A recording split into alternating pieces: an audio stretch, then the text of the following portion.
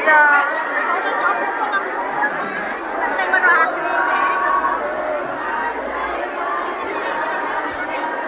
Ih, ganteng banget.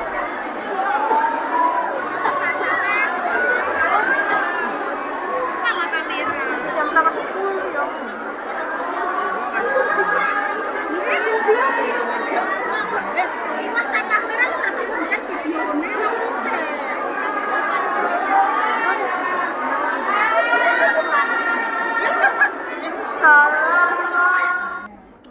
Memasuki acara inti, kajian akbar bersama Ustadz Koh Denis Lim dengan tema membangun semangat hidup dalam Islam. Dipersilakan. Tengah itu orang dijani, Mbak. Oh, Ya wis, padha wae wis padha lungguh kok, Mbak. majunan.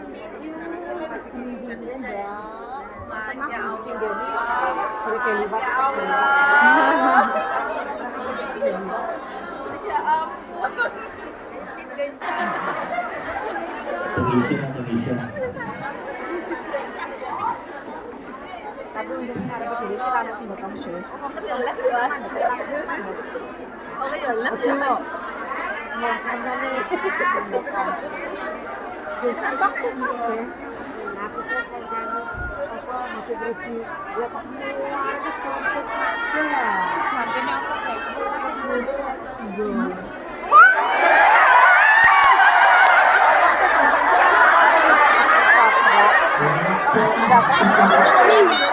Enggak apa-apa.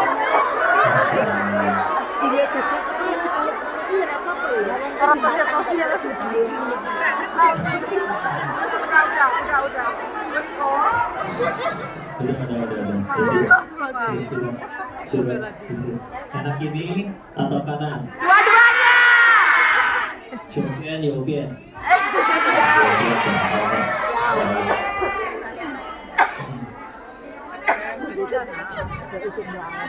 Kelihatan ini dibongkar aja tiangnya. Ya gimana tuh ya? Untung lagi udah itu.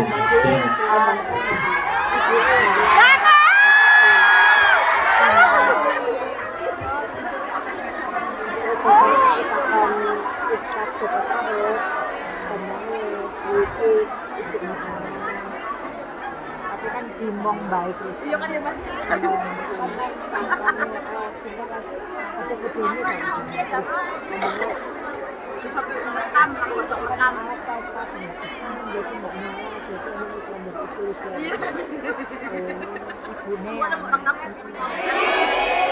Tambah dulu ya. A'udzubillahi minasyaitonirrajim. Bismillahirrahmanirrahim. Rabbi shrah li sadri wa yassir li amri wahlul 'uqdatam min lisani yafqahu qawli. Rabbana zidna ilman warzuqna fahman bi rahmatika ya arhamar rahimin.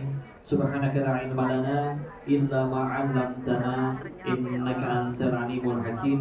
Allahumma inna nas'aluka ilman nafi'an wa rizqan thayyiban wa amalan mutaqabbalan. Amin ya rabbal alamin. Bismillahirrahmanirrahim. Assalamualaikum warahmatullahi wabarakatuh. Waalaikumsalam warahmatullahi wabarakatuh.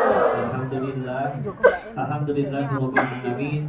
Alhamdulillahilladzi anzala sakinata fi qulubil mu'minin liyazdadu imanan ma'a imanihim. Segala puja hanya kepada Allah. Atas nikmat dan karunia-Nya kita bisa kumpul ngaji di sini di masjid apa? Saya semua ya. Alhamdulillah. Dalam keadaan sehat semuanya insyaallah. Ada yang datangnya terpaksa tidak? Tidak. Aniyu kok. Ya, berarti yang sehat imannya bukan fisiknya. Amin. Salam semoga selalu tercurah pada junjungan kita baginda Rasulullah Muhammad sallallahu alaihi wasallam beserta para keluarga, sahabatnya, dan mudah-mudahan Allah sanggupkan kita istiqomah dalam meniti sunnahnya insyaallah.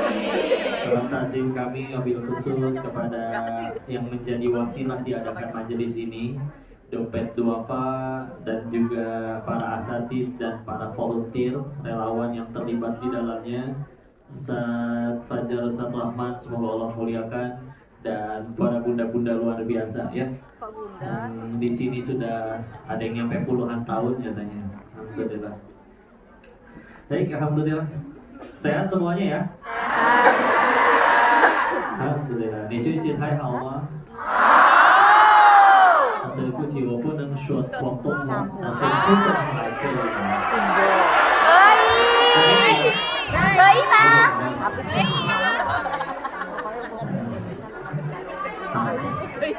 对不起。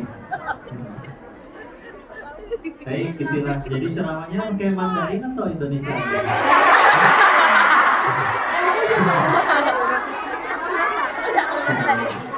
Yang dari Jawa katakan. Yang Sunda katakan. Nggak ada perpanjangan. Dan Cina katakan. Semuanya sama ya, hamba Allah semua ya. Dan yang penting jadi amal soleh semuanya. Bismillah. Membangun semangat hidup dalam Islam. Ini udah pada semangat? Semangat. Karena sudah semangat, kita tutup kajian ini. Enggak semangat. Berhasil kajiannya udah selesai. Tinggal punten nggih. Guyon. Udah bismillah ya. Saya mau tanya dulu satu sekali lagi. Ini laki-lakinya pada kemana? Ada laki-laki di Mongkok, di jembatan Mongkok, Ini di jembatan Mongkok lagi. yang jomblo katakan. Jomblo.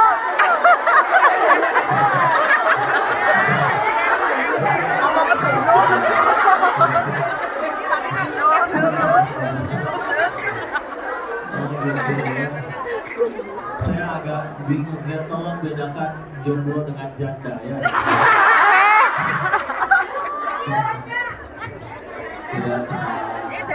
Mudah-mudahan Allah kasih jodoh yang soleh ya. Amin. Tapi ya kan saya nanya kayak tadi bukan pengen nafkahin, bukan. Jadi kalau kita lebih semangat ya.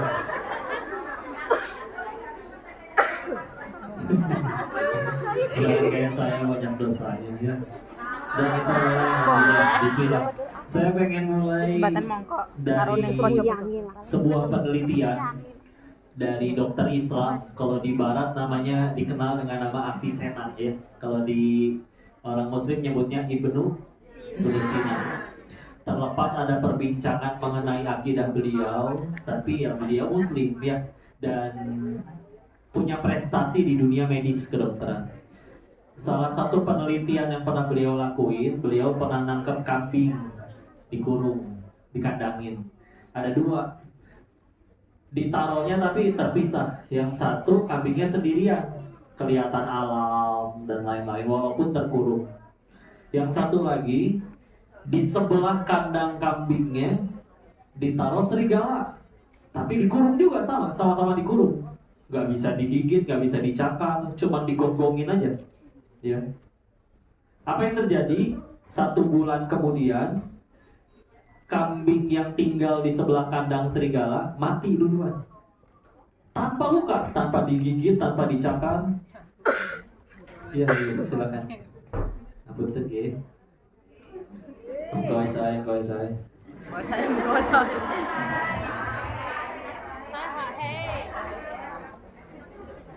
Ki opo Bu? Kakean Bu? Iklan, endorse. Kita di Hongkong apa di Jawa sih?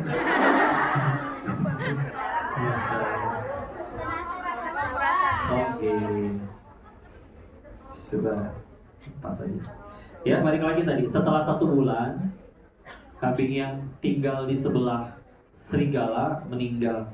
Dari situ beliau keputusan mengambil sebuah hikmah bahwa penyakit yang paling bahaya kadang justru bukan kanker ya, kantong kering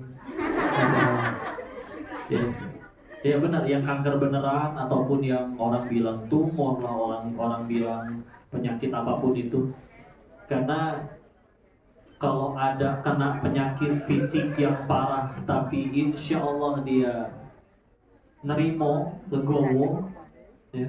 Ya, bagi orang yang sudah pakai iman, mati pun gak jadi masalah. Semua pengen ke surga, betul? Semua pengen ke surga, siapa yang pengen ke surga?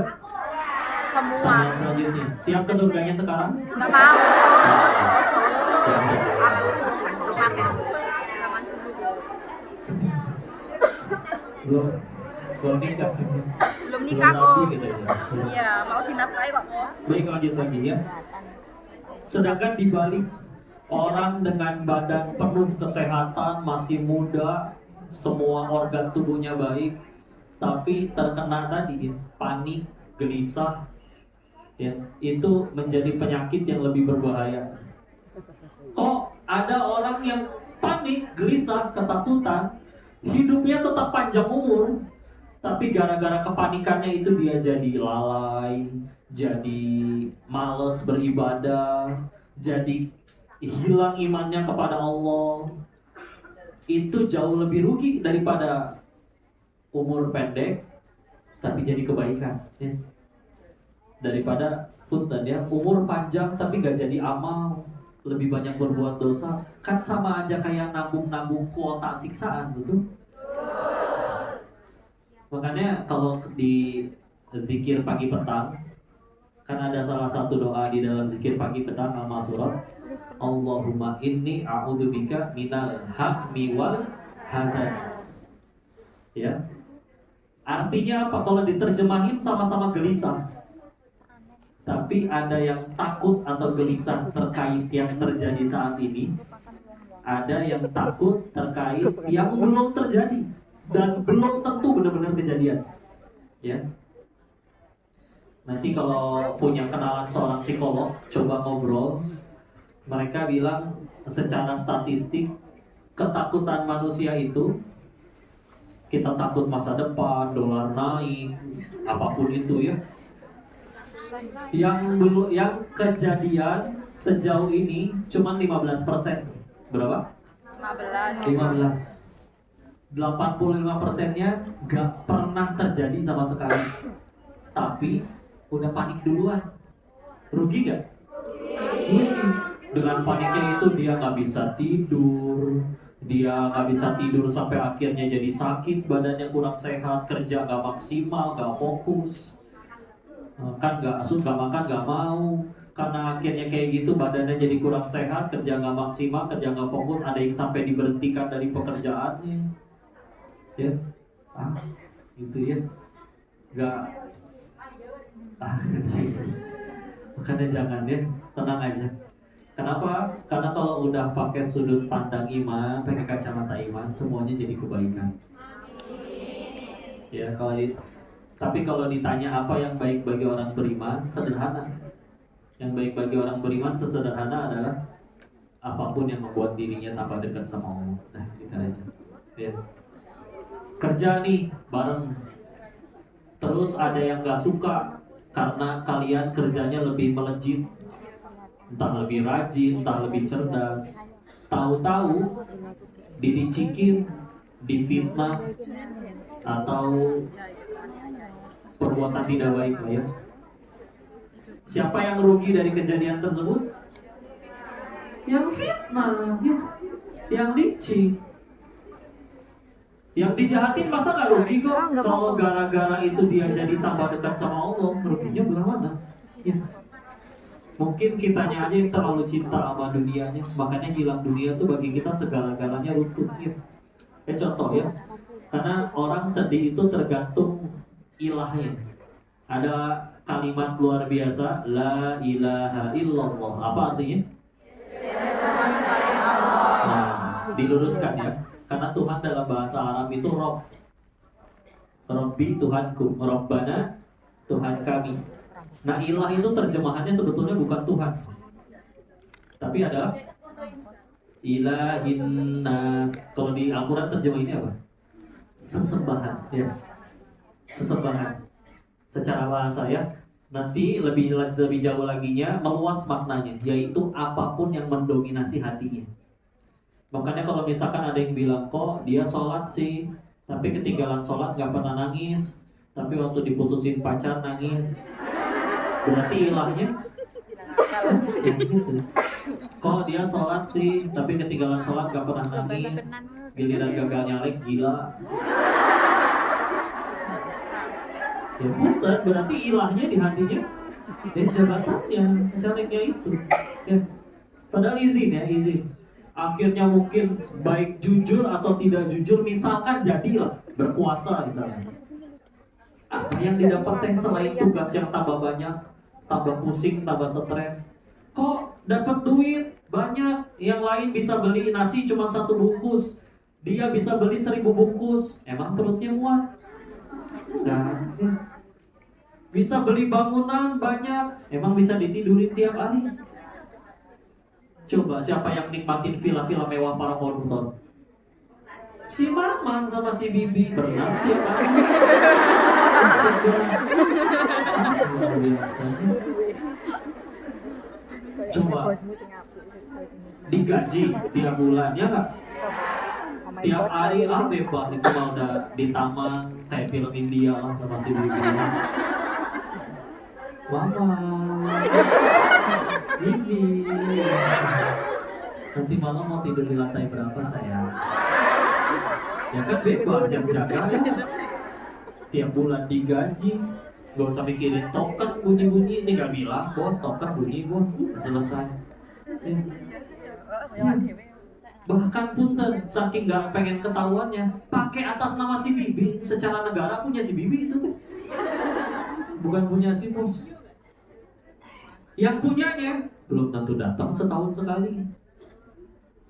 Sekalinya datang kadang sebentar. Ya. Tiap hari harus tiap bulan mesti mikirin gaji si mama, gaji si bibi, biaya koras sekolah renang, jangan dikira murah itu. Ya. Masya Allah. Ya. Makanya dari sini kita bisa belajar ternyata kunci bahagia itu adalah jaga villa. Bukan. Kita semua. Tulisannya. Ya, jadi kadang yuk coba dipikir dapatnya apa gitu. Dengan jadi pemimpin atau jadi orang kaya, orang rebutan pengen ketemu, waktunya gak cukup. Dan satu harinya orang kaya sama satu harinya orang yang belum kaya tetap 24 jam kan? Belum dipotong tidur, belum dipotong kerja kalau harus kerja, ya gak cukup waktunya. Semua orang mau ketemu, ditemuin semua gak bisa. Mana yang ketemu kadang kebanyakan pengen minjem duit. Agar silaturahmi tidak terputus, ganti masuk kayak gituan nyampe Hongkong juga.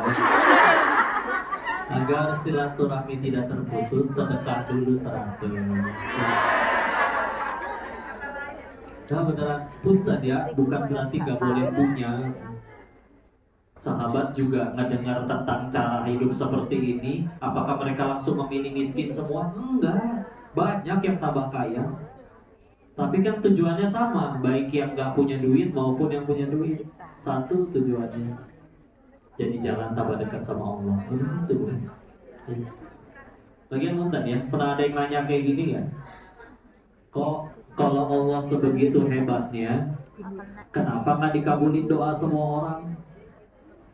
Masing-masing yang hadir di sini dibagiin sama Allah 10 T, 10 T, 10 T. Bukan rupiah lagi, dolar. Senang tidak? Senang. Tuh, gampang kan bahagiain wanita mah tinggal dikasih khayalan.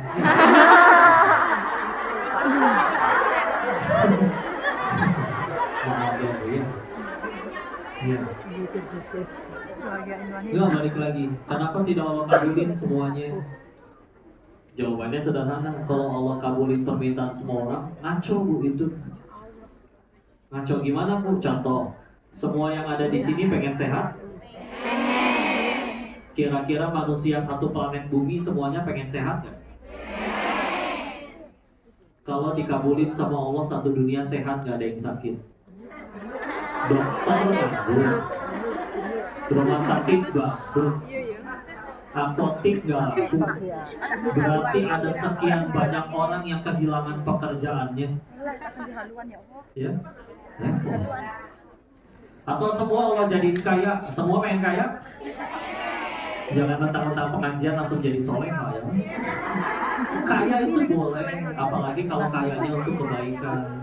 Pengen bangun masjid, berangkatin orang tua haji. Amin. Amin ya Allah. Amin. Amin. Tapi kalau semuanya jadi orang kaya, ya kita nggak bisa kumpul di masjid ini. Karena nggak akan ada masjidnya, nggak ada yang mau jadi tukang. Yang ada orang, bahkan mungkin Hongkong sudah jadi gunung sampah.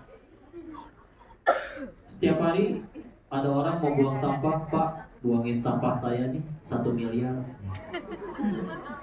Karena dia sama-sama kaya, enak aja. Kamu yang buang nih 2 miliar. Enak aja, kamu yang buang nih 4 miliar. Lalu gitu aja terus. Dan semuanya kaya. Ibu nggak pada pakai baju bagus-bagus begini, nggak ada yang mau jadi tukang jahit soalnya. Saya mungkin udah gondrong karena nggak ada yang mau jadi tukang cukur. Repot gak dunia kayak gitu? Justru adilnya Allah, mau kamu berkuasa tidak berkuasa, kaya atau belum kaya, karyawan atau bos, sederhana, nurut ya sama Allah, udah selesai urusan. Daripada punya segala-galanya tapi hidup sekehendak dirinya, nggak nurut sama Allah, repot setelah meninggal. Itu mah asli. Jangankan meninggal, sebelum meninggal aja repot ya. Karena unten ya, rugi kalau sekedar udah jauh-jauh ke Hongkong, bahkan meninggalkan negeri Indonesia sudah ada yang puluhan tahun, tapi gak jadi amal, cuman dapat saldonya tambah banyak, koleksi tas tambah banyak. Gak usah langsung menunduk gitu, bukan jadi kelihatan. Sindiran. Kalau orang Sunda nyebut tas itu kantong. Ya betul kan? Kok itu kantongnya ketinggalan? Saya kantong. Ini cina kantong. Gitu ya. Orang Sunda mah gitu bilangnya. Ya. Ini ya, kau mau mastiin suatu hal. Minta ke Allah tuh selagi mintanya kebaikan boleh minta apa aja. Minta kaya boleh nggak kau? Boleh. Minta jodoh boleh nggak? Boleh. Minta naik jabatan boleh nggak? Boleh. Tapi jangan ya. Tapi punten, saya mau ngasih tahu satu fakta. Kalian minta apapun itu belum tentu dikabul. Benar? Ada yang minta kaya, emang pasti dikabul jadi kaya? Enggak tuh, ada yang minta kaya tiap hari tapi gak kaya-kaya. Yang minta jodoh, emang pasti dapat jodoh? Belum. Enggak, ada yang masih jodoh sampai sekarang. Beneran. Tapi tahu nggak? Ada satu doa yang kalau kalian mintanya ini nggak mungkin nggak dikabul, pasti dikabul no.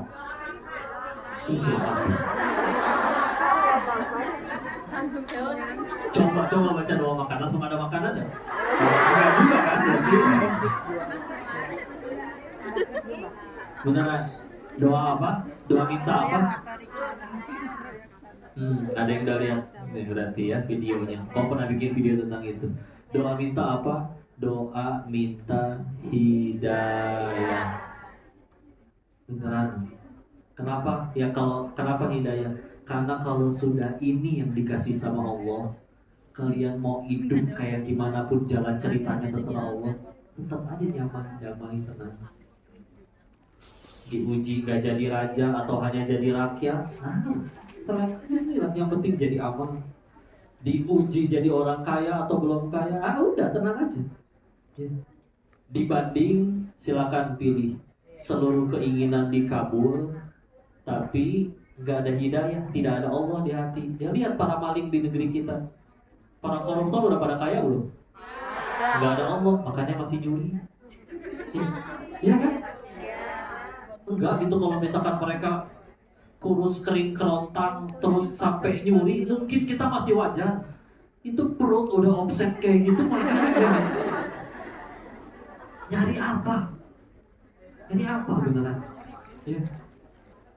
Tapi bisa coba lihat ya, para nabi, orang soleh terdahulu, nggak usah para nabi, para yang benar-benar soleh asli.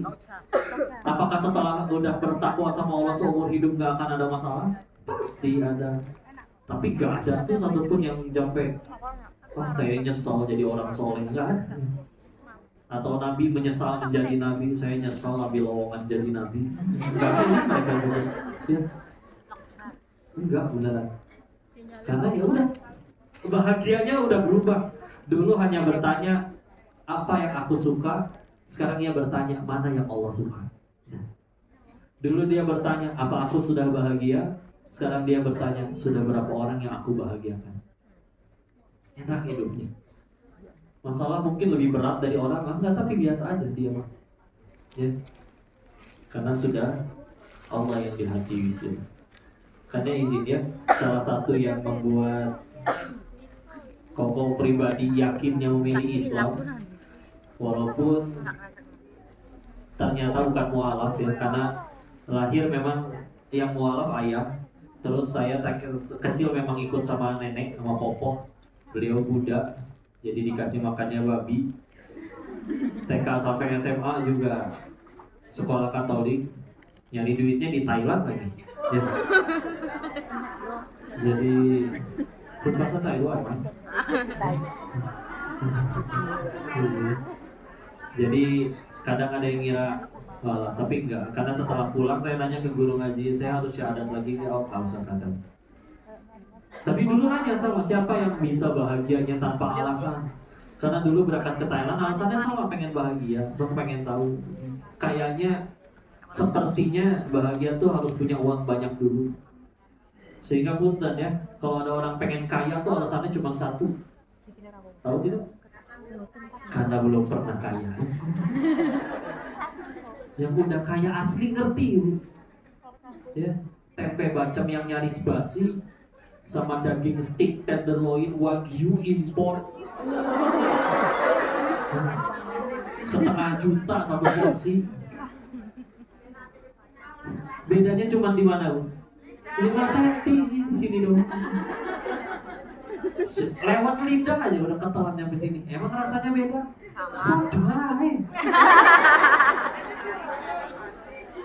Sama. Kenyang makan tempe sama kenyang makan daging sama kan? Yang lebih sama keluarnya sama-sama bau. Kudu memang bune gitu. Sama aja. Ini di Hongkong apa di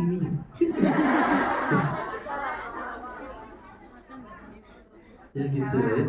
Karena belum pernah jadi penasaran. Oh kayaknya enak naik mobil itu teh. Enggak juga. Berkali-kali menemui yang naik mobil mewah stres tapi mikirin dagangan gak laku. Ada teman dia ditanya kenapa stres banget. Dia omset cuma 18 miliar. 18 miliar stres. Karena biasanya 20 M katanya. Kurang 2 M aja gelisah banget. Ya. Sedangkan coba di sini ya ada yang bisa bahagia hanya ketemu sebelah. Di Hongkong kayak Cina. Di Indo juga. Di Thailand pernah ngeliat istri minta cerai dari suaminya karena nggak dibeliin mobil yang kelima. Ada.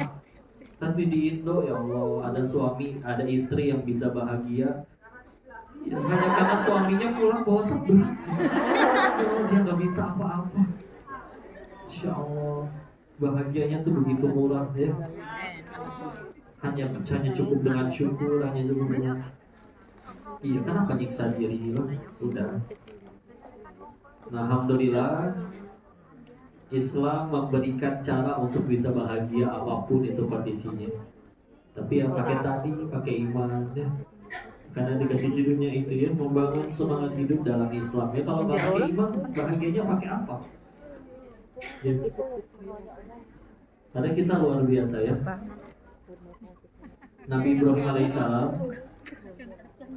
pernah dimintai makan sama orang, minta seporsi makanan. Lalu ternyata yang mintanya, iya kalau orang Muslim ya. Saya ulang barangkali ada yang belum tahu kisahnya ya. Lalu kata Nabi Ibrahim, kalau kamu pengen makanan ini, masuk Islam dulu gitu. Atau setidaknya mengakui ada Tuhan, karena dia ateis ya. Dia berkata, aku tidak akan mau mengakui adanya Tuhan meskipun harus lapar, nggak jadi dikasih makanan. Dia tetap kepada kesesatannya ya. Maka dia pergi, ternyata mendapat teguran dari Allah ketika ngadu ke Allah. Ditanya sama Allah, kenapa kamu nggak ngasih itu makanan kepada dia? Ya karena dia tidak beriman kepadamu. Dibalikin sama Allah, aku memberi makan jutaan orang yang tidak beriman kepadaku setiap hari. Bahkan orang yang tadi kamu tolak kasih makan, dia bisa hidup selama 70 tahun sebagai orang ateis karena aku yang kasih makan sampai dia umur segitu. Sedangkan engkau menolak berbuat baik hanya untuk 1 kali makanan, padahal aku saja yang maha baik tetap berbuat baik ya. Ngibrit itu tadi Nabi Ibrahim, dicari mana itu orang pengen saya kasih makan. Berbuat baiknya nggak pilih-pilih, ingin bahagianya nggak pilih-pilih ya. Sederhana itu. Karena semakin kita meletakkan pesaing Allah di hati, makin sulit bahagia demi Allah. Ya. Makanya kita kalah dengan anak-anak bisa jadi karena itu betul. Renungkan lagi anak-anak. Gampang memaafkan, ya, nggak gampang ngambek. Habis benjol sama temannya, bayar lagi 5 menit kemudian. Yang berantem, ya ibunya, ya. Nah kamu tuh habis benjol sama dia, anak kecil nggak mikirin. Benjolnya udah gak sakit, dia punya mainan yang saya suka, main bareng udah selesai. Orang tua apa karena mulut orang bisa nggak ngomong tuh sama saudaranya 10 tahun. Nah, ya. Maka, Masya Allah. Apa bedanya? Sederhana. Di hati anak kecil belum ada pesaing Allah. Ya. Meskipun dia juga nggak ngerti tauhid itu seperti apa, fikih ibadah seperti apa, nggak tahu. Tapi kita makin gede, makin kita letakkan ada pesaing Allah. Oh gini ya rasanya punya duit, enak. Oh gini ya rasanya punya jabatan, enak. Sehingga itu bisa membuat dia yang udah dapat rezeki bisa nggak jadi bahagia hanya karena aku baru bahagianya nanti kalau mobilnya sebanyak dia, kalau saldonya sebanyak dia. Kenapa bahagianya jadi harus tambah banyak alasan? Dulu waktu kecil bahagia kita nggak banyak alasannya. Jadi semakin kita meletakkan pesaing Allah di hati, makin sulit. Aku baru bahagia kalau dia terima cintaku. Ya Allah. Puntenlah itu dia yang jangankan dia mencintaimu, satu dunia mencintaimu dan ingin menyelamatkanmu ke surganya Allah. Satu dunia bersepakat, yuk kita anterin si Kodenis nyampe surganya Allah. Kata yang punya surga gak ngizinin, tetap celaka ini diri. Terus ngapain masih ngegantungin kebahagiaan kita ke cintanya makhluk? Berbuat baik ke dia mah enggak, silakan, gak apa-apa. Tapi kalau kita bahagianya hanya ketika dia balas cinta atau tidak, kan amat sangat merugikan bagi kita. Sedangkan satu dunia membenci, tapi Allah sayang, selamat. Pegel, bener pegel banget hidup kayak gitu ya. Menggantungkan kebahagiaan kita di mulut orang. Mulut orang mah bau jigong. Ngerti gak bau jigong? Ya kalau bangun tidur belum sikat gigi kan aromanya kurang enak ya. Masya Allah. Lagian udahlah, mulut orang gitu-gitu aja. Dihina, monyong kamu, emang mulut ibu langsung mancung? Biasa aja. Dipuji juga sama. Ya bahkan yang harus majuin bibir kan orang yang nyebut kata monyong, betul? Coba praktekin coba, sebut kata monyong tanpa majuin bibir. Sulit. Ya.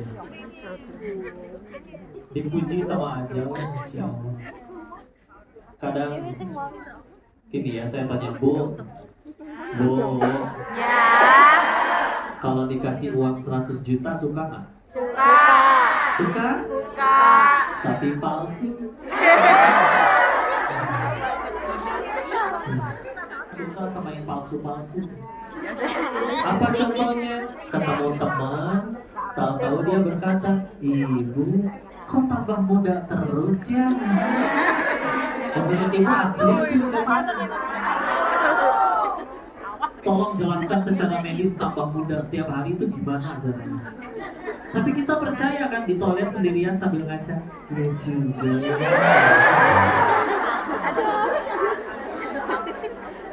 Sudahlah Bu. Keriput tidak bisa berbohong itu ya. Mau dipakai isolasi badan percuma.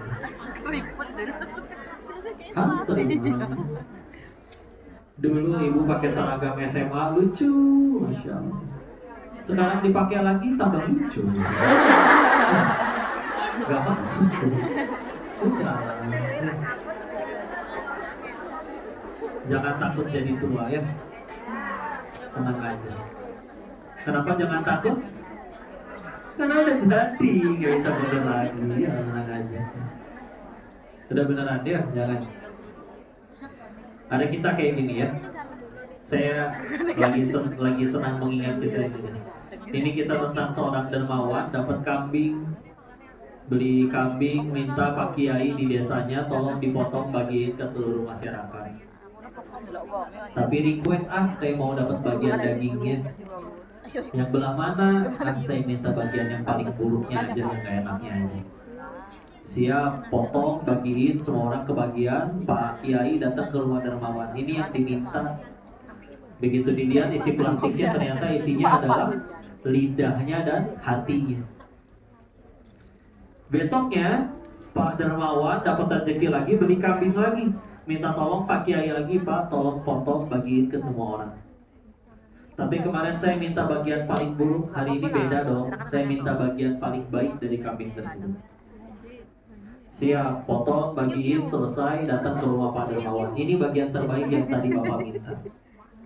Begitu diintip, plastiknya isinya ternyata sama. Lidahnya sama hatinya. Jadi dia nanya dong, Pak Kiai, kenapa sama terburuk dan terbaik? Begitu juga dengan manusia. Kalau lisan dan hatinya baik, dia bisa menjadi sebaik-baiknya makhluk. Kalau lisan dan hatinya buruk, bisa menjadi seburuk-buruk makhluk. Coba di sini ada yang pernah sakit hati sama suara kambing, angkat tangan. Lewat kandang kambing terus kurang ajar. Gak ada ya. Gak ada. Tapi di sini ada nggak yang pernah sakit hati sama mulut orang? Ada. Luar biasa ya. Padahal katanya lebih mulia manusia daripada kambing ya. Tapi lisannya lebih nyakitin daripada ya. Alhamdulillah ya. Sengaco-ngaconya kambing seumur hidup, demi Allah saya gak pernah ngeliat kambing homo. Kambing homo. Bener, iya kan? Iya. Manusia ngakunya punya akal, gak dipakai iman, bisa-bisa aja tuh. Mungkin dia lupa bahwa Allah menciptakannya Adam dan Hawa, bukan Adam dan Asep. Gitu ya. Maka lanjut. Qad aflaha man zakkaha wa qad khaba man dassaha. Surat apa? Asy-Syams ya, surat 91 ayat 9 dan 10-nya. Sungguh beruntung orang yang menyucikannya dan sungguh rugi orang yang mengotorinya. Ya, apa yang dimaksud disucikan dan dikotori di situ? Tadi lah bicara masih ke tempat adanya iman di hati ya. Masalahnya gini, kita kalau ngomongin penyakit tuh ya kita bagi dua aja biar gampang ya, penyakit fisik sama penyakit hati gitu. Penyakit fisik versus penyakit hati, kita lihat. Penyakit fisik itu suka tidak suka, sembuh tidak sembuh, ringan atau parah, ujung-ujungnya sama, apa? Mati, betul. Betul. Ada yang tanpa sakit mati juga bisa. Ya. Tapi bedanya apa? Di dunia kalau penyakit fisik, sambil kena penyakitnya minimal 1 dosa berguguran. Bisa jadi yang penyakitnya lebih parah daripada yang sehat, dosanya lebih suci, lebih bersih daripada yang sehat tapi malah bermaksiat. Ya. Karena kepahitan ujungnya cuma 2, harus hafal. 1, gugurin dosa. 2, meninggikan derajat. Ulangi. 1, gugurin dosa. 2, meninggikan derajat di sisi Allah. Ya. Jadi ujungnya sama, mati. Sambil di dunia kena dosa berguguran atau derajatnya makin tinggi. Ketika dibangkitkan di alam setelah kematian, demi Allah penyakitnya gak ikut. Iya kan? Nggak ada, jangankan sakit lah. Meninggal dengan keadaan, mohon maaf, misalkan terlindas kendaraan gitu ya, yang sampai berserakan gitu ya. Meninggal, bangun utuh, dibangkitin lagi, nggak sambil aduh, pak pegangin usus saya, enggak.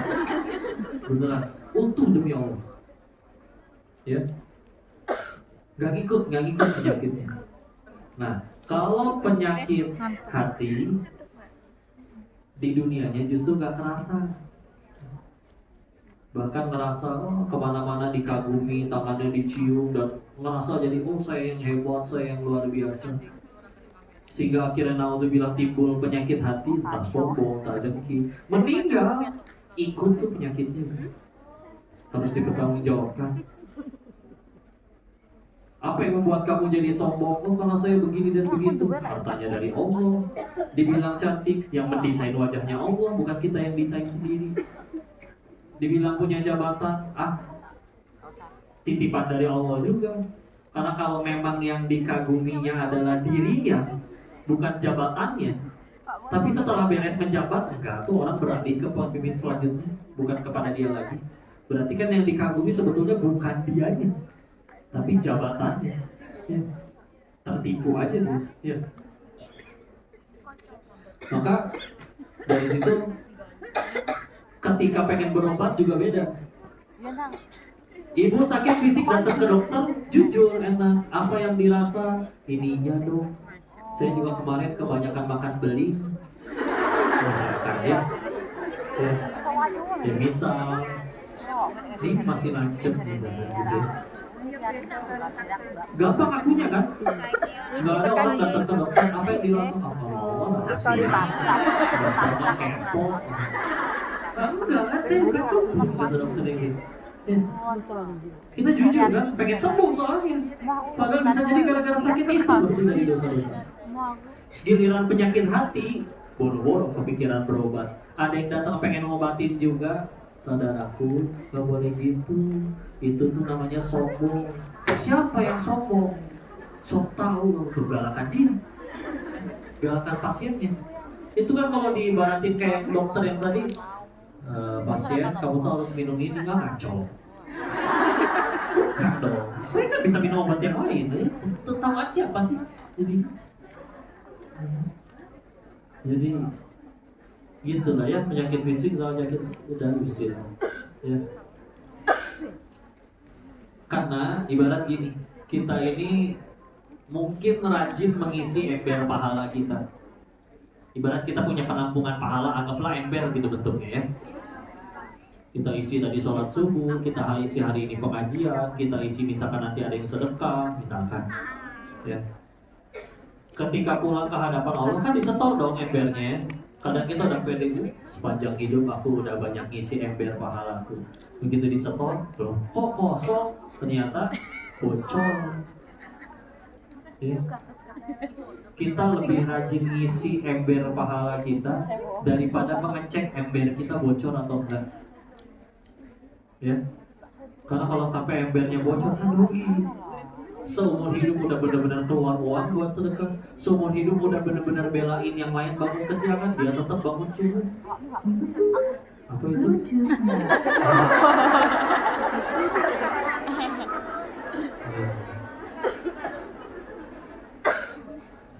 Lanjut.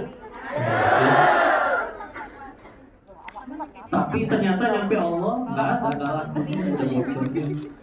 Nah tadi apa yang paling bikin ember pahala kita bocor? Dan hatinya yang bermasalah. Ibu punten ya, Ali bin Abi Thalib tahu?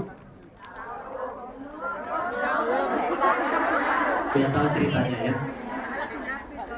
Sepupu Nabi sekaligus mantu, okay? Karena menikah dengan putrinya Rasulullah.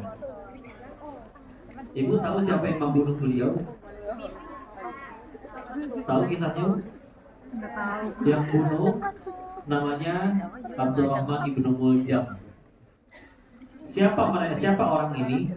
Orang ini kalau disebut di zaman itu disebutnya orang-orang Khawarij. Siapa orang-orang Khawarij ini? Adalah orang-orang yang Nabi sebut sholat kalian, ini bukan kaliannya ke kita ya, tapi kepada sahabat Nabi yang kualitas ibadahnya luar biasa. Dibilang sama Nabi, sholat kalian dibandingin sholatnya kaum Khawarij, sholat kalian gak ada apa-apanya. Dalam urusan jumlah ya, bacaan Quran dan zikir kalian dibandingkan kaum itu tidak ada apa-apanya kalian dibandingkan mereka. Ya. Bahkan kalau waktu Ibnu Abbas bercerita terkait bertemu dengan mereka, Ibnu Abbas menggambarkannya seperti ini, sahabat Nabi. Menggambarkannya mereka adalah orang-orang yang jelas tanda sujud di dahinya. Karena mereka jenis-jenis orang yang sujudnya tuh sampai berdarah-darah, saking seringnya. Ya. Bahkan yang ngebunuh Ali bin Abi Thalib tadi, kan ditangkap ya. Di salah satu hukumannya dipotong tangannya, dipotong kakinya, gak bergeming, gotong teriakan, ampun tolong jangan, biasa aja, sambil terus berzikir lagi lisan. Tapi ketika lidahnya yang pengen dipotong, baru dia mohon jangan. Kenapa? Dipotong kaki biasa aja, potong tangan biasa aja, kenapa potong lidah jangan? Karena aku tidak ingin berhenti berzikir kepada Allah. Itu tuh yang bunuh Ali. Mereka disebut oleh Nabi seburuk-buruknya kaum. Baca Qurannya kayak gitu, ngajinya kayak gitu, sholatnya kayak gitu. Tapi kata Nabi dijelaskan, tapi agamanya itu nggak nyampe ke hati, cuma nyampe ke omongannya aja. Kadang-kadang pun ya, rajin ngaji. Apa sih salah satu tujuan ngaji? Kalau yang kau tahu ya, makin tahu kelemahan diri, bukan makin jago nyari kelemahan orang. Kenapa makin sering ngaji malah jadi gampang ngafirin orang? Nuduh orang begini begitu, ahli neraka, ahli Iya, kalau kalian ada yang salah silahkan dinasehati. Tapi kan kita bukan hakim yang nentuin vonis orang harus kemana-kemananya. Ya. Jadi itu Masya Allah ya. Sedangkan di kesempatan lain, Nabi dengan para sahabat kumpul di masjid.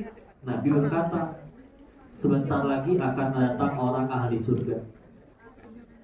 Penasaran kan ngeliatin, ternyata yang datang bukan sahabat yang terkenal. Ya, sahabat kan banyak, yang paling terkenal kan kita pada apa namanya ya. Ternyata ini tidak dikenal oleh mereka. Datang seorang yang berjanggut, janggutnya basah dengan air wudhu. Biasa bapak-bapak lagi pengen sholat. Dilihatin, nah anaknya Amr bin As, namanya Abdullah bin Amr bin Al-As. Abdullah namanya. Izin, boleh gak saya nginep di rumah kamu? Sokuin mangga ya. Tapi gak ngomong Sunda juga sih. Ini misalkan ya.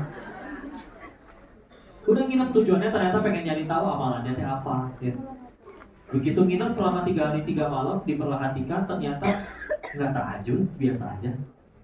Bacaan Quran ya ala kadarnya, nggak banyak, nggak yang benar-benar terus. Ibadah juga wajib-wajib, yang sunahnya sedikit gitu. Nggak nyampe gimana, nggak luar biasa tuh gitu ya. Akhirnya setelah 3 hari 3 malam kan jujur, karena sebelumnya dia bilang, aku ada masalah sama ayahku, boleh nggak nginep di rumah kamu dulu? Akhirnya jujur, sebetulnya saya nggak ada masalah apa-apa sama ayah saya. Saya cuma penasaran kenapa Rasul menyebut kamu ahli surga, pengen tahu amalannya, makanya nginep. Terus akhirnya orang itu jawab kan, ya beginilah amalan saya, cuma yang kamu lihat ini aja apa adanya, gak ditambah-tambahin, gak dikurang-kurangin, begini aja apa adanya. Tapi Dia hanya orang yang setiap harinya gak pernah punya dengki sama orang lain, gak pernah tidur dalam keadaan belum maafin orang lain, tidak ada kedengkian, tidak ada ketakaburan. Iya, ya badannya standar, tapi kalau sudah nyampe ke hati kan merubah diri. Daripada kadang misalkan, ya begitu ya. Ada santri waktu itu nanya, kelas 3-4 SD. Kelas 3 dan kelas 4 maksudnya ya. Kelas 3-4 kan gak ada. Jauh banget ya, paling jauh kelas 12. Bertanya kayak gini, kenapa saya udah jaga sholat, bahkan ditambah yang sunnah, sehari nambah hafalan setengah halaman juga susah banget.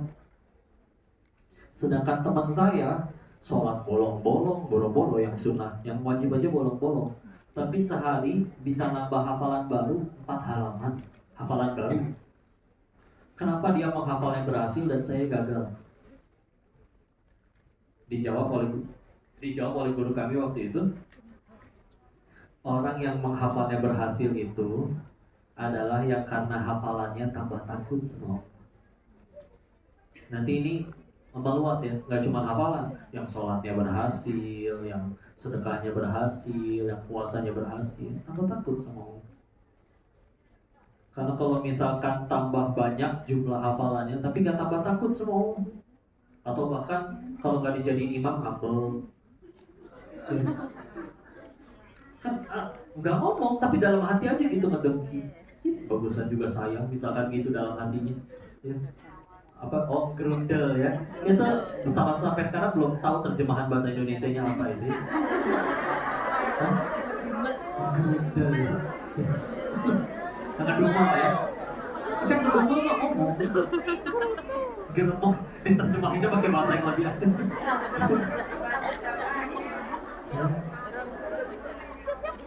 Ya gitu ya. Maka ya tadi ya, salah satu kan belajar agama tadi tujuannya makin takut sama Allah, tambah tahu kelemahan diri. Kalau misalkan makin ngaji kelihatan beneran. Ya. Makanya yuk, jauh nih nyampe Hongkong, terus gak jadi amal, gak tambah baik. Jangan sampai pulang ke Indo, apalagi pulang ke hadapan Allah nanti justru ya tadi ya, ember teh udah weh. Iya, rupiahnya mah dapet. Iya, di Indonesianya udah sampai bisa bangun rumah, udah nyampe bisa apa. Tapi pulang dalam keadaan, ya Allah, udah mah jauh-jauh, ninggalin orang tua, ninggalin anak-anak, ninggalin orang-orang tersayang. Pulang, malah tidak ke tempat bahagia yang abadi. Cuman karena lupa tujuan. Anggaplah, bukan berarti gak boleh dapat duit. Terus dapat-dapatnya kayak segitu, nggak akan juga ngalahin lekasing juga kan. Tahu lekasing nggak? Tahu. Orang terkaya di Hongkong ya.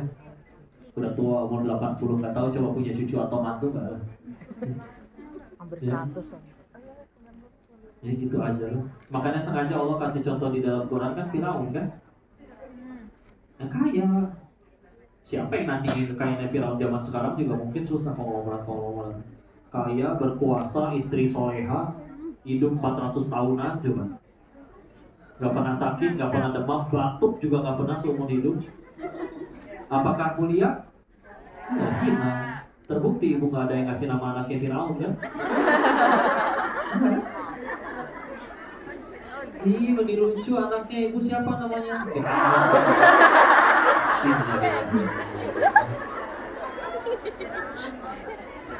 Tapi ada orang tua ngasih nama anaknya Ayub ya. Padahal Ayub diuji mulia, tapi padahal ujiannya kayak gitu. 18 tahun sekujur tubuhnya terkena penyakit kulit. Waktu kena penyakit kulit, 12 anak kandungnya meninggal barengan. Ladang dan hewan ternaknya kena wabah, layu dan mati semua. Itu tenang aja. Jadi hilang enggak? Mulia tetap ya. Kulillahi malikal mulk, tu'til mulka man tasya, wa tanzi'ul mulka mimman tasya, wa tu'izzu man tasya, wa tudhillu man tasya, biyadikal khair, innaka ala kulli syai'in qadir. Ali Imran 26. Allah berikan kerajaan kepada siapapun yang dikehendaki. Bisa dikiaskan kekuasaan ya, jabatan ya, terserah udah Allah tentuin itu. Jadi kalau ada yang menang terpilih, entah zaman dulu jadi presiden, entah zaman dulu jadi raja, siapapun seantero bumi. Bukan karena kampanyenya jago, bukan, udah Allah disuruh diuji sama Allah, ujiannya harus jadi raja. Ya. Allah juga cabut dari siapapun. Ya. Harusnya 5 tahun, belum 5 tahun ketangkap KPK, ada yang kayak gitu. Iya kan? Ada yang belum 5 tahun umurnya nggak nyampe, ada yang kayak gitu juga. Ya. Dan dipisahkan setelah malikal mulk tu'til mulka man tasya, baru nanti dilanjut wa tu'izzu, Allah muliakan siapapun yang dikehendaki, wa tudzillu man tasya, Allah hinakan siapapun yang dikehendaki. Kenapa? Karena memang ya ternyata salah satu pelajarannya, kemuliaan itu tidak bergantung dia punya kuasa atau tidak. Ya. Jadi justru adil Allah kan, kaya nggak kaya nurut, tetap bisa ke surga. Bos atau karyawan, dua-duanya nurut, tetap bisa ke surga. Coba kalau masuk surga harus centang biru dulu, kan repot. Ya. Masuk surga minimal saldo berapa duit dulu, nggak bisa, repot. Nggak punya saldo pun nurut sama Allah, udah bisa lah. Ya, jadi Masya Allah. Satu, rezeki manusia itu 3. 1, yang dimakan jadi 2, yang dikenakan lalu menjadi besar. 3, yang diinfakkan di jalan Allah. Contoh, kita tadi saya dikasih ini nih, apa nih? Minuman lah ya, coconut water nih. Ini tuh buat saya, Sir. Berarti buat saya mau pulang ya. Nih, dia itu punya saya ya. Ternyata di jalan tumpah bahe ya. Diminumin sama sirup, semut ya. Berarti saya cuma disuruh Allah nganterin rezeki ini ke hamba Allah yang lain. Betul? Kapan ini jadi rezeki saya? Kalau udah lewat sini. Udah kemakan nanti jadi kotoran, udah. Itu buat tadi disuguhin tuh. Ya, saya bawa bungkus bawa pulang pun di jalan misalkan digondol kucing atau jatuh atau gimana, berarti saya cuma disuruh nganterin rezeki itu, selesai. Ya, baru jadi rezekinya kalau yang di sini. Di rumah ada kulkas loh. Di dalamnya ada miga. Nggak tahu. Minuman segar. Kan harus disingkat ya. Ya. Ibu beli miga, minuman segar ya. Ponakan pada datang rame, digondol sama mereka. Berarti rezeki siapa? Mereka. Padahal kan yang beli ibu. Ya. Tapi selagi tidak diminum sama ibu, ya bukan rezeki ibu. Ya. Nggak usah yang di kulkas ya. Punya rekening, cek saldo coba. Atas nama siapa? Masing-masing ya. Kata orang manusia tuh terbagi 2. Ada yang bahagia karena ngelihat buku tabungannya, ada yang sedih karena ngelihat buku tabungannya. Kalian yang mana?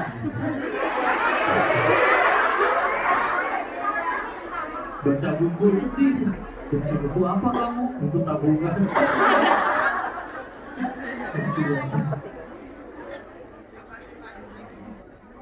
Maka lihat ya. Ini dulu ada cerita, ada ibu-ibu cek saldo, tiba-tiba beres cek saldo, ditelepon sama anaknya, "Ma, adek belajar nyetir nabrak." "Adek nggak apa-apa." "Nggak apa-apa Ma, tapi harus ngegantiin." "Berapa dek?" 4 miliar Ma. "Nabrak apa adek?" "BMW Ma 7." Kecelakaan tuh milih-milih ya tuh nabrak teh. Ya gimana bisa milih kalau namanya cilaka? Ternyata bukan rezeki si ibu, meskipun ada di saldo si ibu. Ternyata rezeki bengkel.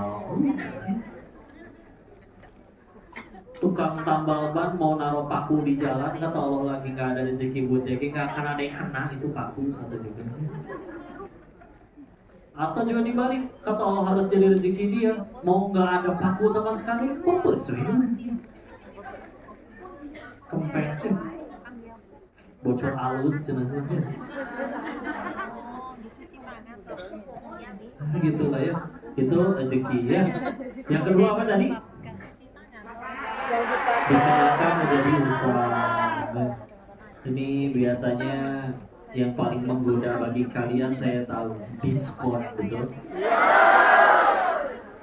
Ya Allah, ini bagus, sweater gamis, ya Allah. Tulisannya udah 70% lagi ya. Itu kalau nggak disikapi dengan baik di bawah sholat, ngaco itu sholatnya. Allahu Akbar, gamis teh bagus. Allahu Akbar, kembalinya ya. Subhanallah. Si bapak kan mau ngasih uang belanja. Allah. Teman aku juga ada yang mau bayar utang. Allah. Tapi cuma sampai hari ini diskonnya. Allah. Sekalian jemput si Ade. Sekalian ya. Pasti dibeli. Astagfirullahaladzim. Astagfirullahaladzim. Assalamualaikum, assalamualaikum, assalamualaikum, assalamualaikum, assalamualaikum. Kayak beda ya. Keterima nggak sholatnya kayak gini? Wallahu ya. Makanya biar khusyuk kita beli dulu kok. Ngaco. Anggaplah kebeli, taruh di lemari. Kadang suka ada yang nanya, ngapain beli lagi banyak? Bisa ada undangan, nggak ada yang undang-undang. Beres ditaruh di lemari, sibuk kerja, berkarir, 5 tahun berlalu, pindahan rumah. Kok baru dibuka ngeliat, ini baju, ya Allah, label harganya belum dicabut. Dicobain, karena semakin bahagia udah gak muat ya.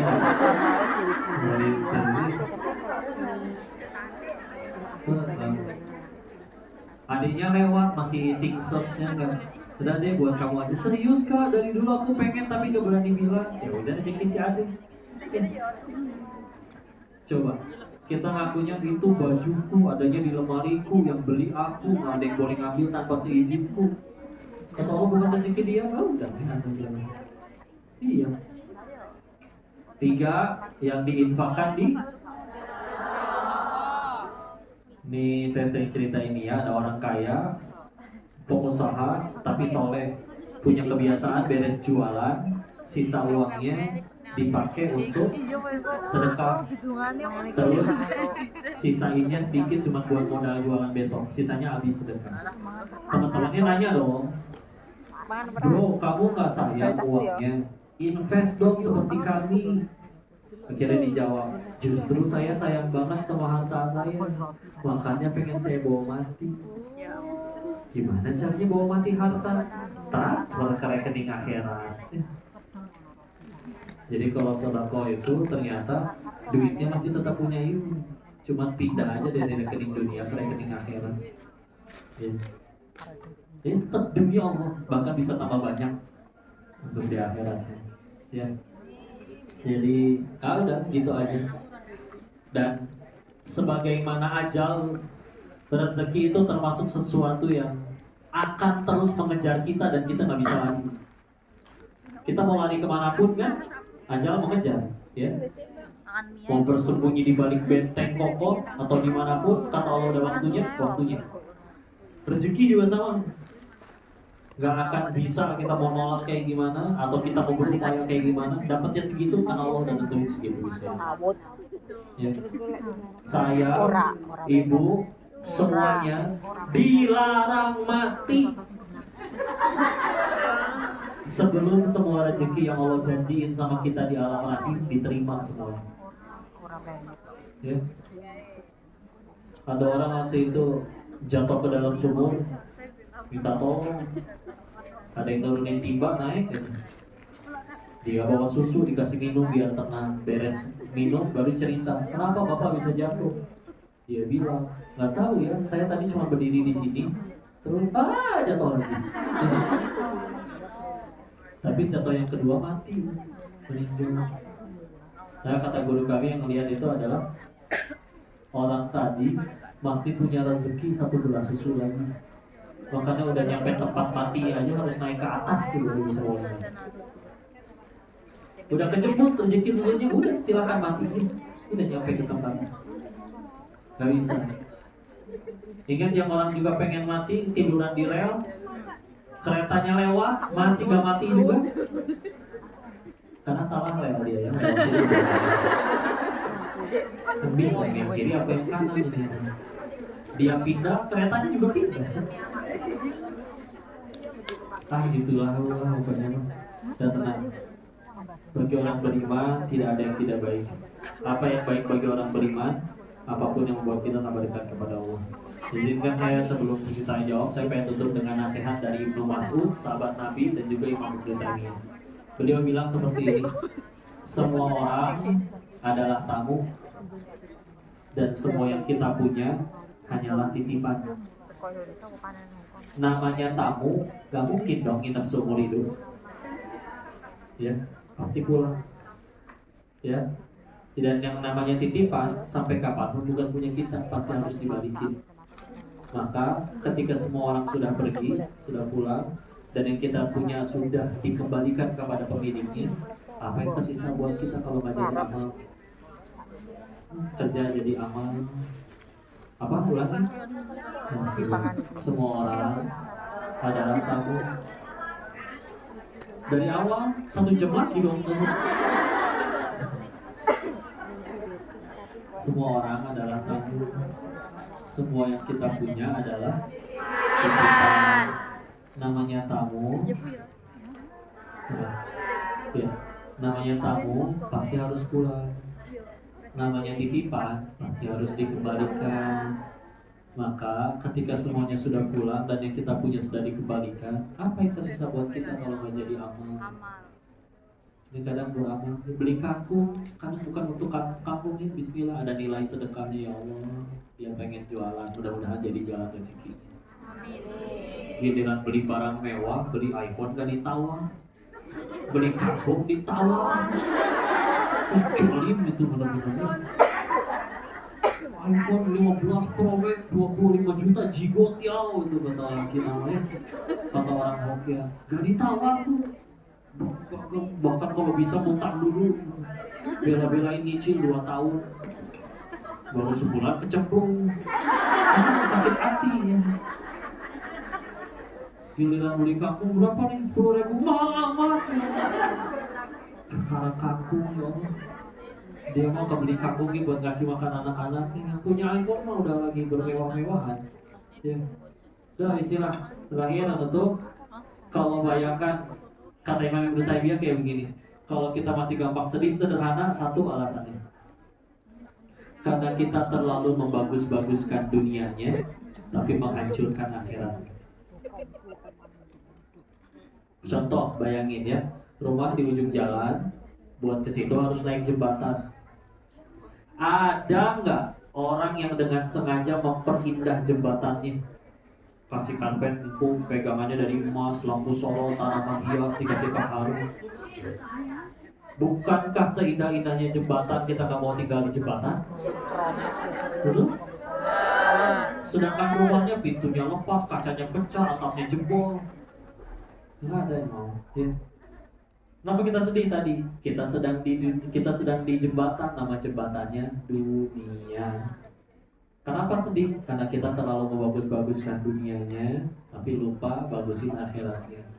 Kenapa sedih? Jelas, karena kita sedang membagus-baguskan sesuatu yang pasti akan kita tinggalkan. Ya. Terus gimana ya? Udah paksain aja. Males ngaji, paksain ngaji. Males sholat, paksain sholat. Kalau sedekah, paksain sedekah. Kenapa? Karena memang lebih baik memaksakan diri ke surga daripada sukarela ke neraka. Betul? Sudah waktunya ini kita mau ini ya, ada sorban nanti. Satu dari sebelah kanan dulu ya. Oke, kita yang duluan angkat tangan. Tapi turun. Semangat ya. Oke. Kan rotiknya 10-an. Boleh panitia membantu sebelah kiri, sebelah kanan. Oke. Yang mau bertanya silakan. Yang sebelah kanan yang pakai warna hitam, jilbab hitam, silakan berdiri Ibu. Kemudian yang di depan oleh, oke, satu ada yang di depan. Saya cinting. Saya boleh coba. Yang di belakang, paling belakang. Oke, silakan yang berdiri yang berjilbab coklat ya, silakan Ibu. Yang datangnya dari subuh itu emang dari mana? Satu pusat. Jauh. Tani awakmu. Jauh. Oh gitu. Tapi kalau di Hong Kong semua transportasi terintegrasi Ustadz, jadi insya Allah lebih mudah buat teman-teman kita. Ada yang naik buruk ke sini? Silakan pertanyaan pertama. Yang di depan dulu, oke di depan dulu, silakan. Ini langsung disimpan pertanyaannya langsung 3 orang ya. Jadi biar Ustadznya sekaligus menjawab.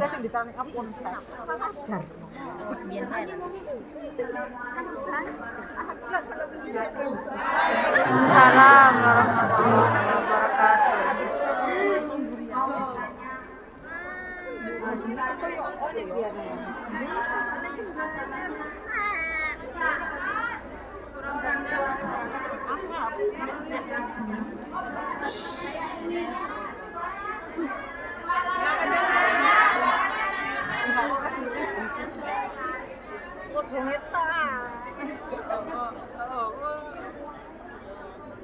Saya ulangi ya, saya mau tanya posisinya ayah saya atau bapak saya menikah lagi.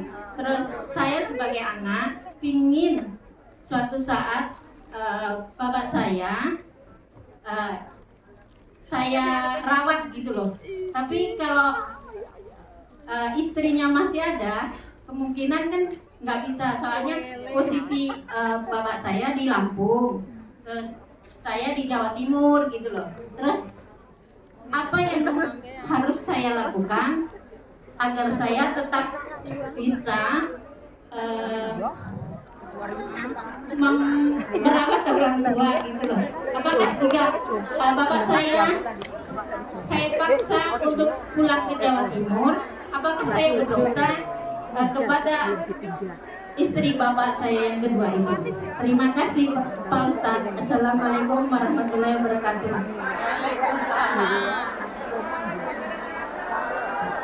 Baik, penanya yang kedua, silakan. Yang tadi udah yang di belakang nih, yang di belakang maju ke depan deh. Ya, oke, ada mic.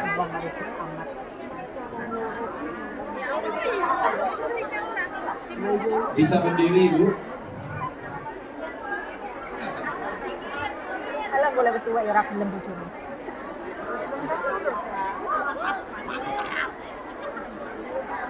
Tadi balik yang suci. Boleh maju ke depan, ya.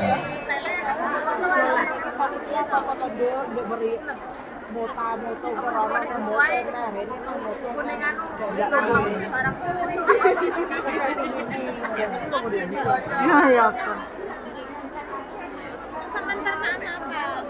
Bismillahirrahmanirrahim. Assalamualaikum warahmatullahi wabarakatuh.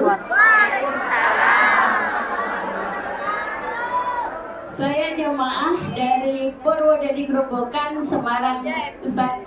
Mau bertanya perihal dosa, Ustaz.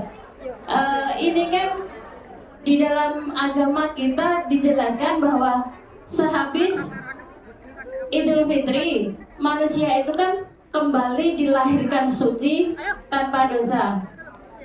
Lalu bagaimana dengan ketika hari kiamat nanti ada hisab itu? Jadi perihal dosa yang seperti apa, yang bagaimana yang akan dihisab nanti di yaumul akhir, Ustaz. Kemudian saya ingin sedikit meminta waktu para teman-teman untuk membacakan Al-Fatihah buat ibu saya yang besok Senin akan menjalani operasi batu ginjal, Ustaz. Minta Al-Fatihah sebentar ya teman-teman ya, yang nanti akan dipimpin Ustaz Koko Denis. Demikian dari saya. Wassalamualaikum warahmatullahi wabarakatuh. Baik, penanya yang berikutnya yang ketiga. Ah, sudah tadi Ibu? Kenapa? Kita atas itu kan ya, dan sesi kan, kayak di semua kata ya, 1 menit, 10 menit, tak 10 menit.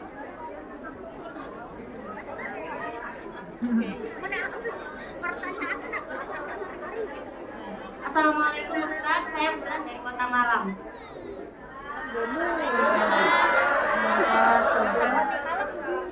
Saya mau nanya, untuk misalkan gini Ustadz, ada laki-laki yang dia ini kerjanya di dark web. Nah di situ kan ada banyak banget ya yang dia kelola, ada dari mungkin ada banyak negatifnya juga sih, tapi positifnya juga banyak.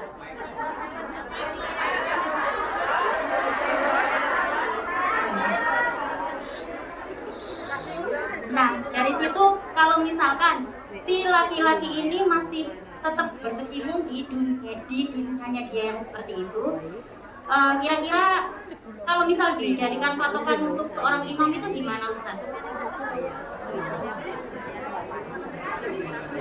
Karena kan kadang ada naik turun ya Ustaz ya, pikiran itu jadi naik turun gitu Ustaz. Ini kira-kira kedepannya dia bakal berurusan dengan hukum atau gimana gitu kan? Tapi untuk saat ini memang passionnya dia, kerjanya dia itu masih di situ kayak gitu. Lalu untuk yang kedua ini titipan,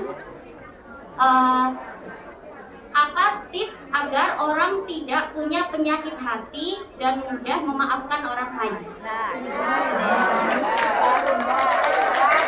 Terima kasih. Assalamualaikum. Baik, terima kasih. Ustadz, boleh saya bacakan pertanyaannya? Oke, ya, saya bacakan saja ya. Oke.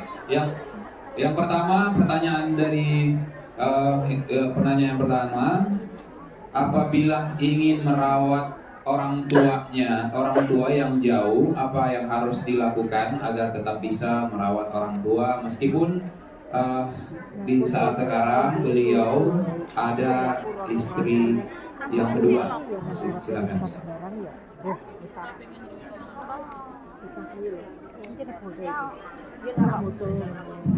Baik, istilah yang pertama terkait tadi yang merawat orang tua ya, Masya Allah. Istilah saya tidak melihat ini akan ada jadi masalah kalau semuanya sama-sama pengen tambah dekat sama Allah. Ketika ibu udah pengen berbuat seperti itu, tentu itu juga jadi kebaikan. Ayahnya misalkan nanti mencapai titik di mana kondisi misalkan dia memang sudah harus didampingi terus, termasuk oleh anak-anaknya, dan dia ingin membiarkan si anak dapat pahala birrul walidain, itu juga dia pasti oke-oke saja. Si istri yang barunya nih, ketika akhirnya dia menyadari oh ini anak meskipun bukan yang kandung tapi pengen berbuat baik, dia juga akhirnya ngizinin, tidak nyari masalah gara-gara sama-sama pengen jadi amal, ya insya Allah juga nggak jadi masalah. Terus dari ibunya ketika akhirnya oh ayah harus ikut, tapi berarti istri yang sekarang juga harus ikut, ya udah nggak apa-apa ikut saya rawat, meskipun mungkin tidak beda perasaannya berbeda seperti kalau ke ibu kandung sendiri, atau seperti apa hubungannya saya waktu itu juga saya tidak tahu bagaimana akrab atau tidak, atau baik-baik saja atau tidak. Tapi selagi tujuannya lillahi ta'ala, tetap jadi jalan tambah dekat sama Allah, ya sudah nggak akan ada masalah. Kan yang kayak gini-gini itu biasanya baru jadi ribet ketika salah satunya ada yang ribet. Saya gak ngizinin, saya gak mau, dan yang lain-lain, dan alasan gak mau dan gak ngizininnya itu apa kan wallahu a'lam. Terus mesti gimana? Terus berbuat baik aja. Karena yang paling penting jadi jalan tambah dekat sama Allah. Berbuat baiknya bahkan nyampe di tingkatan, kenapa kamu baik ke orang tua kamu? Biar orang tua sayang. Oh lebih di atas itu, biar Allah suka. Sederhana itu aja. Mereka nanti mau berbuat seperti apa, mau tidak mau, berkenan atau tidak berkenan, selagi niatnya lillahi ta'ala, itu jadi amal soleh, nggak lucu. Ya. Kalau misalkan ternyata memilih tidak mau mereka nyambung, itu jadi mahal. Jadi ya sudah, yang penting yang dipikirin setiap kali pengen berbuat itu bukan yang mana yang aku suka, tapi yang mana yang Allah suka.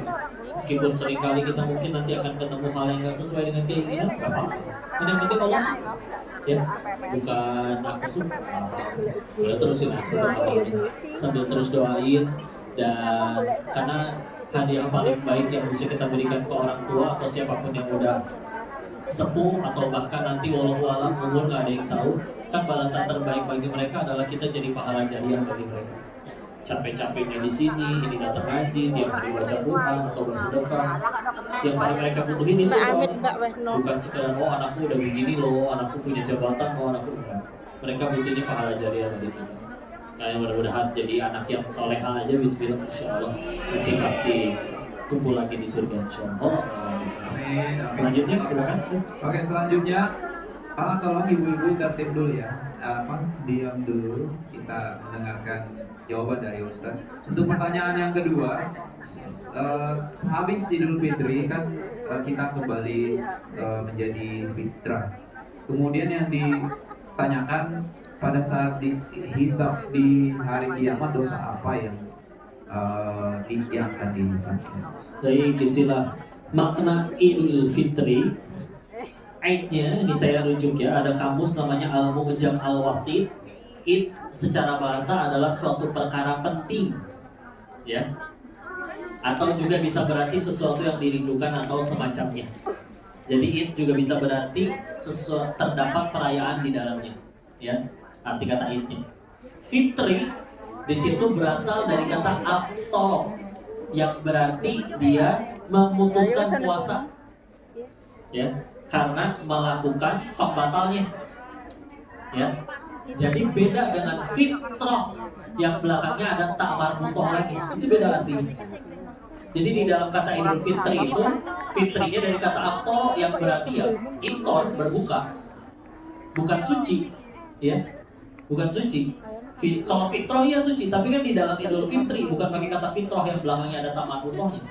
Aftar ada alif lagi, terus pa, terus to, terus ro, nggak ada ta'mar butohnya kan? Kalau pakai tulisan bahasa Arabnya, jadi bukan kembali suci sebetulnya Idul Fitri itu. Walaupun ada pendapat seperti misalkan dari Imam Ibnu Rajab Al-Hambali yang menyebutkan, beliau pernah menyebutkan, hari ini suatu kaum telah kembali dalam keadaan sebagaimana ibu mereka melahirkan mereka.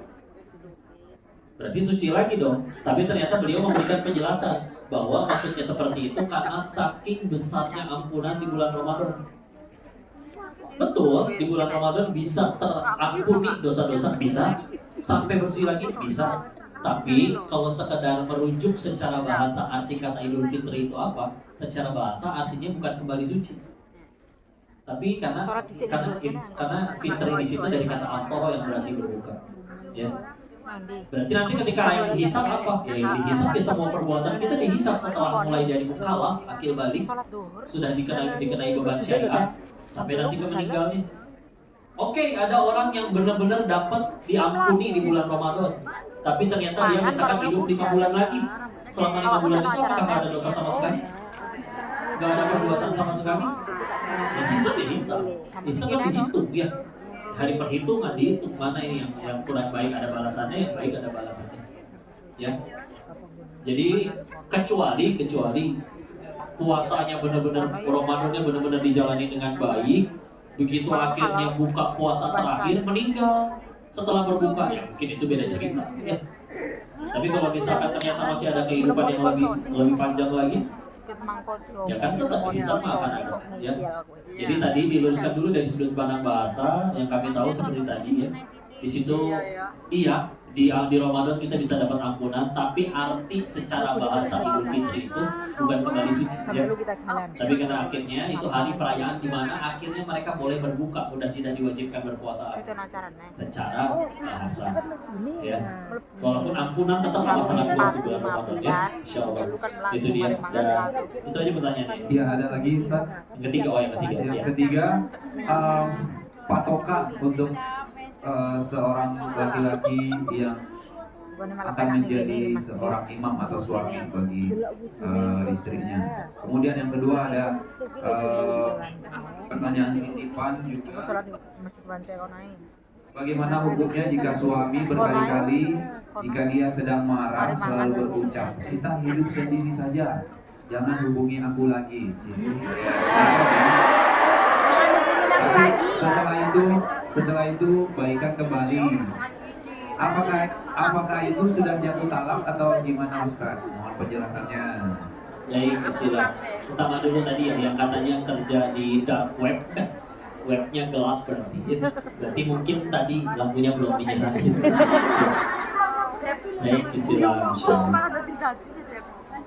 Ya, kalau ditanya cara atau tips nyari suami mah sederhana sih sebetulnya.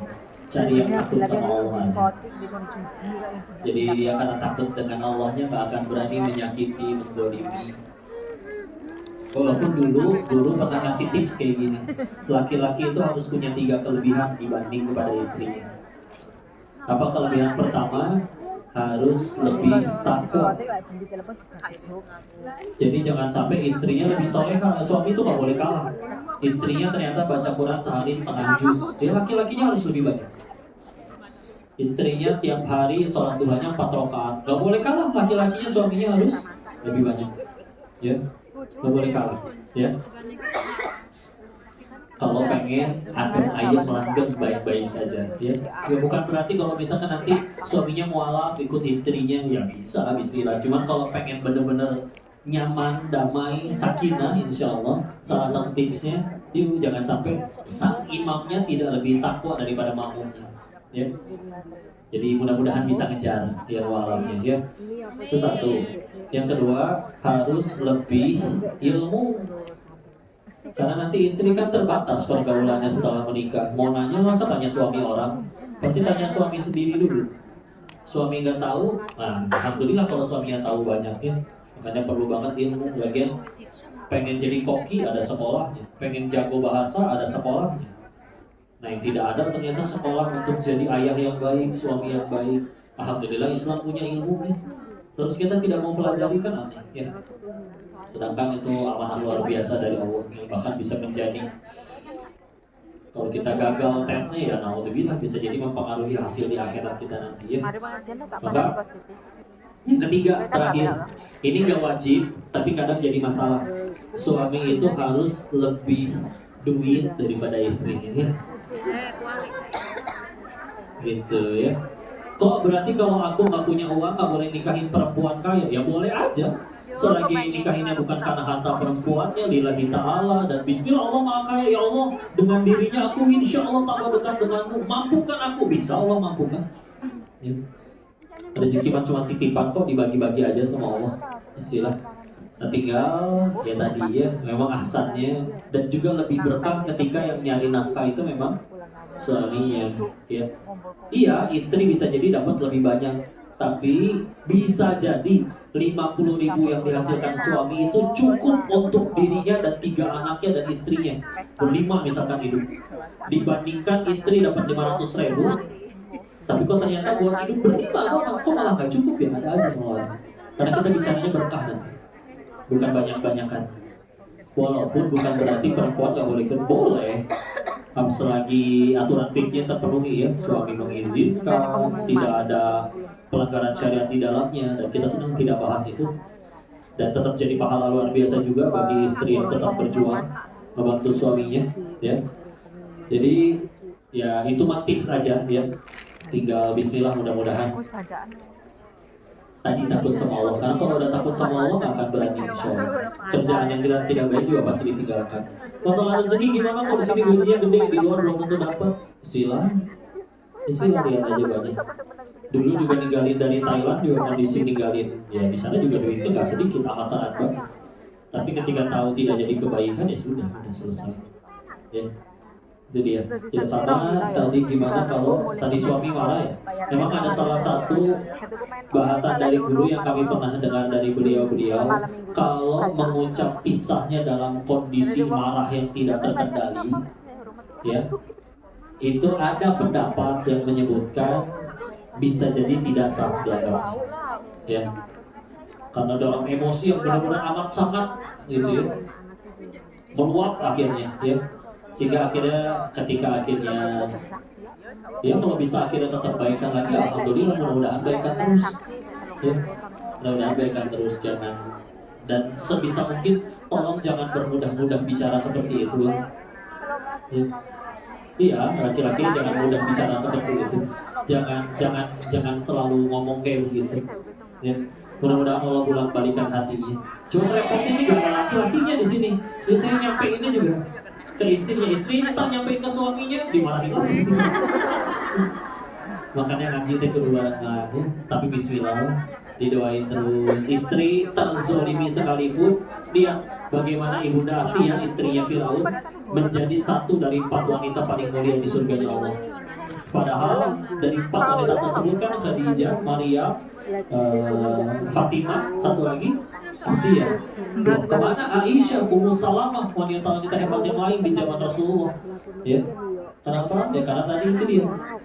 Asiyah itu punya pahala yang gak cuma dari amal ibadahnya, tapi dia bersabar terhadap seburuk-buruknya manusia, yaitu Firaun. Kata Allah soalnya innama yuwaffas sabiruna ajruhum bighairi hisab. Quran surat 39 Az-Zumar ayat 10. Sesungguhnya hanya orang bersabarlah yang ganjaran pahalanya tanpa batas. Kalau dicari pahala yang tanpa batas, iya sholat banyak pahalanya, iya sedekah banyak pahalanya. Tapi kalau ditanya yang tanpa batas pahalanya, sabar. Dan sabarnya ngadepinnya mah siapa dulu nih? Kalau cuma sabarnya ngadepin suami yang naruh anduk sembarangan, buka laci gak ditutup lagi, itu masih jauh lebih ringan daripada Firaun. Kalau sampai ada yang berkata, oh, tar dulu kok, suami saya lebih parah dari Firaun. Bohong ibu. Kalau suami ibu lebih parah dari Firaun, nama suami ibu yang ditulis di Al-Quran.